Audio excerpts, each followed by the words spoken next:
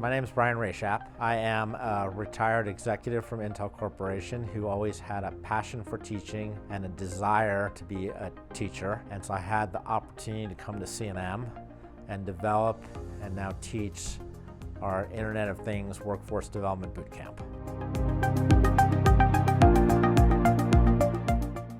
The Internet of Things is a moniker for essentially for smart connected devices. So you can think of in your home, you might have like a Ring doorbell or a Nest thermostat. So essentially smart devices that are connected to the internet and through that are able to create a richer experience. So C&M and the IoT course just signed a 5-year agreement with the city of Albuquerque. It's essentially a framework to allow the city to give our students some real world problems in their smart communities, smart cities effort, give us access to some of their testing grounds, and then really take advantage of what the students come up with and invest in the students to further develop that. So we're working on a search and rescue system to help first responders identify folks that or find folks that are lost in the mountains, a drone-based system that drops beacons that have flashing lights and sounds, and when a lost individual comes across the beacon, they push a button, it sends their location to the first responders and allows first responders to very quickly go give them assistance. One of the issues in Albuquerque is sometimes finding a parking spot, be it Old Town or downtown or uptown.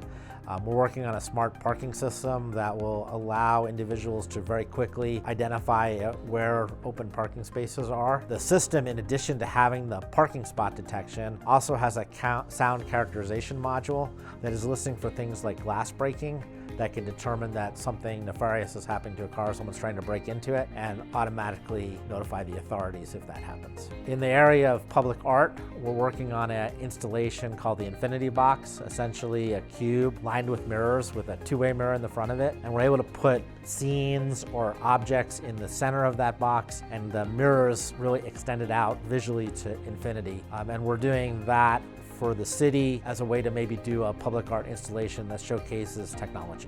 We are also working with Mandy's Farm, which is an organization in the South Valley that works with individuals with developmental disabilities. They have residences that also have farms that give those individuals a place to work and a place to grow. We're working with them on 2 projects. One is a smart greenhouse that will expand upon what we do in the course around houseplant watering to have some automated control of the greenhouse, and we're going to design that greenhouse and the controls of it to work specifically for that population. Additionally, we're working on a smart hydroponic system to allow growing in places where there isn't a farm and allow that tactile engagement to happen for the Mandy's Farm residents. Probably the most wonderful thing about being able to be a teacher is not only to see our students come in and see how they can grow over 10 weeks, but to really be able to be a part of their creative process. I'm constantly amazed at what our students come up with, how they're being able to take what they learn in the class and implement it and really absolutely do amazing things. And it doesn't matter their age, doesn't matter their background, their ability to just go off and create and then take that to have a meaningful career, it absolutely amazes me, and I'm just so thankful to be part of it.